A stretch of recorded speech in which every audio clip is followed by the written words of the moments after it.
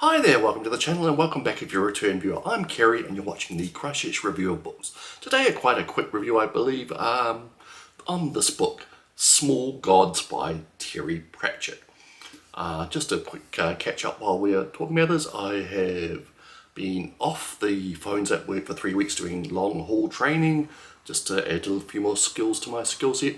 Not really thrilled about going back on the phones next week really. Had a big assessment for what I've learnt.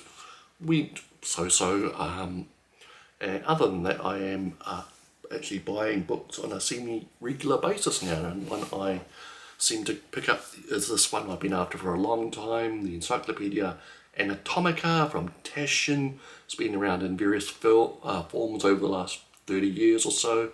This is a small hardcover version I got from RTBs in Wellington, and what it is high quality photographs of these 18th century medical models, which were, you know, like the 3D rendering of its day. So that was a good book to catch. Also a few other things from the Scorpio sale. Scorpio Books in Christchurch had their annual sale recently, and on the last weekend they had an extra 25% off their sale prices, and hate to say there wasn't a great selection, but I picked up a few things, so that'll be showing in the next book haul, probably coming in a week or two.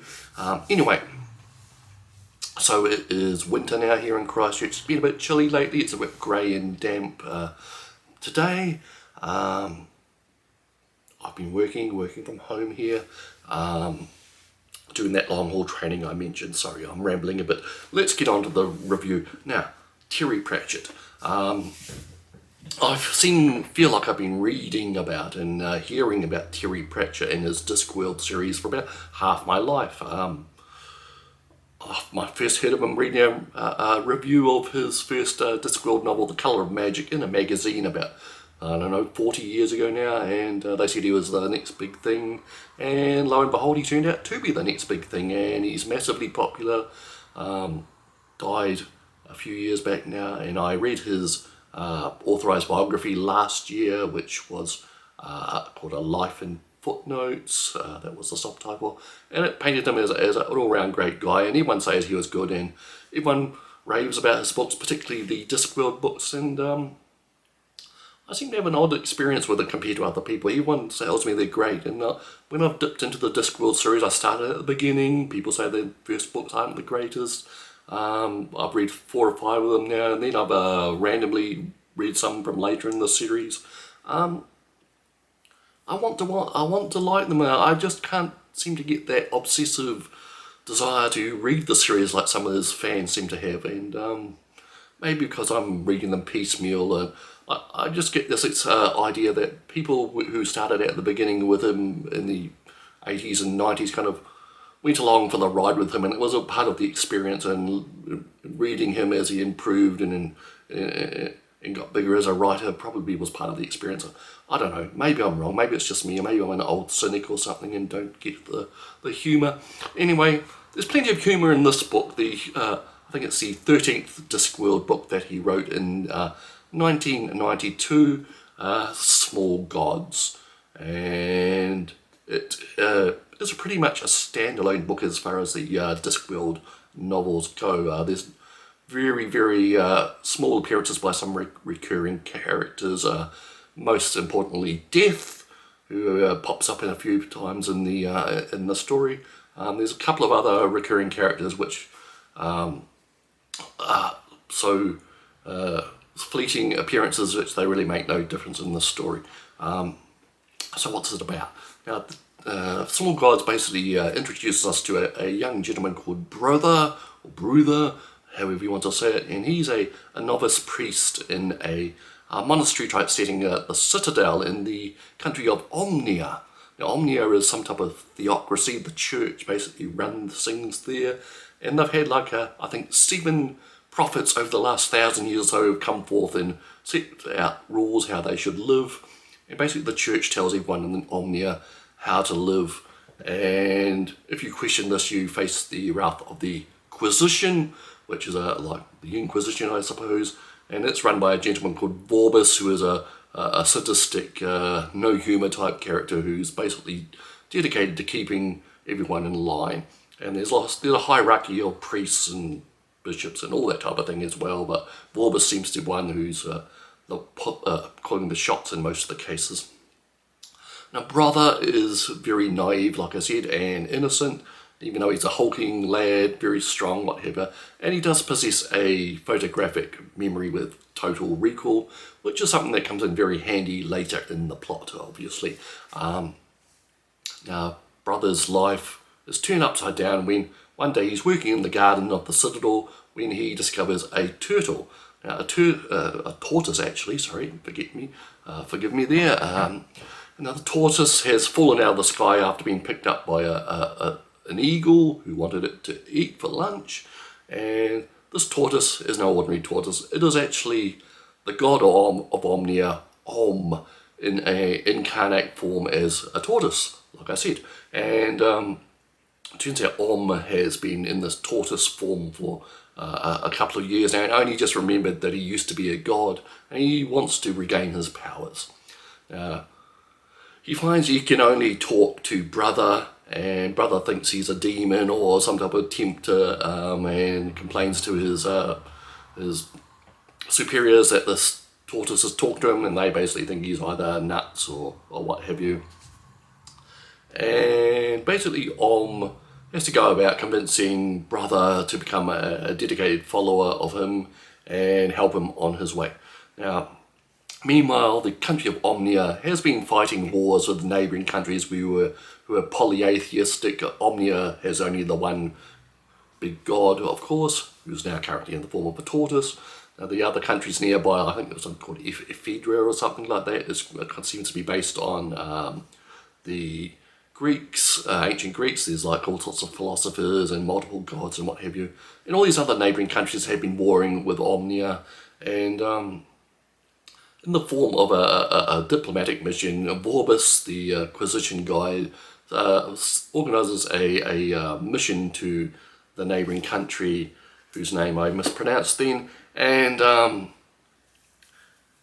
he's basically secretly wanting to take over this other country, and Brother goes along as part of the plan, and basically Brother has like an intellectual and moral awakening when he realizes that Vorbis is not telling him everything truth, and on it goes. Now, there's a lot of humour in this story, there's lots of gags, a lot of this is what life is like, and what have you. I was basically sold this book by reviews and comments online, but she said it was like one of the most scathing takedowns of religion in the English language and all that type of thing. And in the end, I find it very mild. It does, basically, as the song said, basically it picks on those who have forgotten the message and worship the creed. That's the reference there for you oldies. And that's basically the driving force of the message in this book. Basically, everyone's decided to basically follow the church and the doctrine, and have forgotten basically the messages which the religion was basically formed on. Brother has all these type of lessons in his head that his grandmother told him, and they all come from the prophets. And as he gets to know Om in the form of the tortoise, he realises that the prophets were basically madmen and phonies, and Om has no memory of telling them all these things which are supposedly his word. Now, I'm not sure what else to say about this book, really. I was disappointed in it. I was expecting something more hard-hitting against organised religion and faith and all that type of thing, and it's very mild. I found it quite a mild, gentle takedown, and I don't know, I was disappointed. I was expecting more.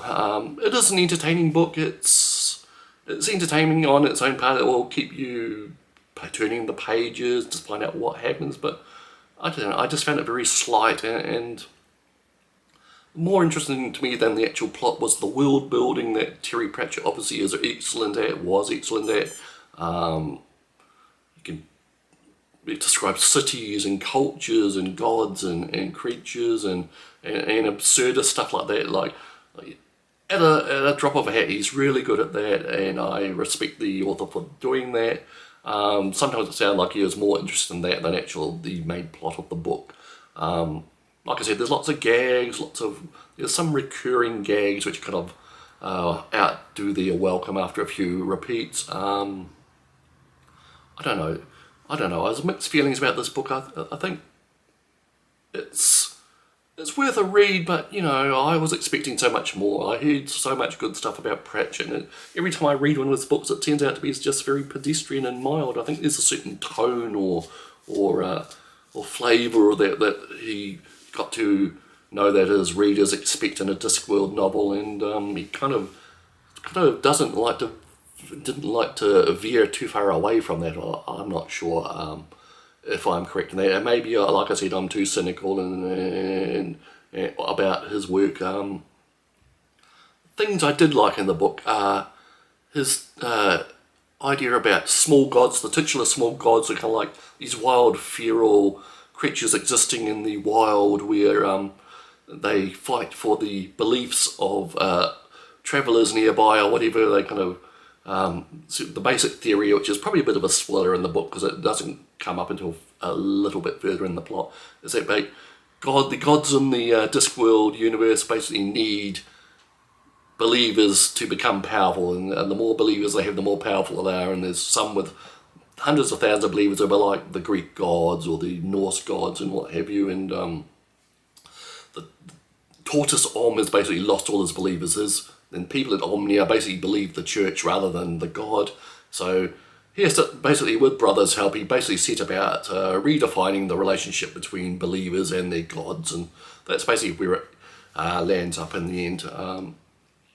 Other part I like about this book is the recurring character of Death, who's a common character in a lot of the Discworld books, and the sections where Death shows a newly departed person to the afterlife, whatever, they seem to be written in a totally different tone and style than the rest of the novel, and probably a lot better. I kind of really like the descriptive and kind of ironic and quizzical sections with Death, and definitely kind of set itself apart from the rest of the book, which is kind of puzzling to me. I don't know what Pratchett was thinking of doing that. Maybe Death was his favourite little character to write, and he always put in a little bit extra for those sections. So anyway, I'm rambling here. Small Gods by Terry Pratchett. Read it if you want to be entertained. I don't think he's going to change your mind on organised religion or anything. I mean, if you are reading a Terry Pratchett book, you're probably a certain type of person with certain types of beliefs anyway. I don't think you're going to be a hardcore conservative religious person and then pick up a Terry Pratchett book and have your mind changed, although I could be wrong.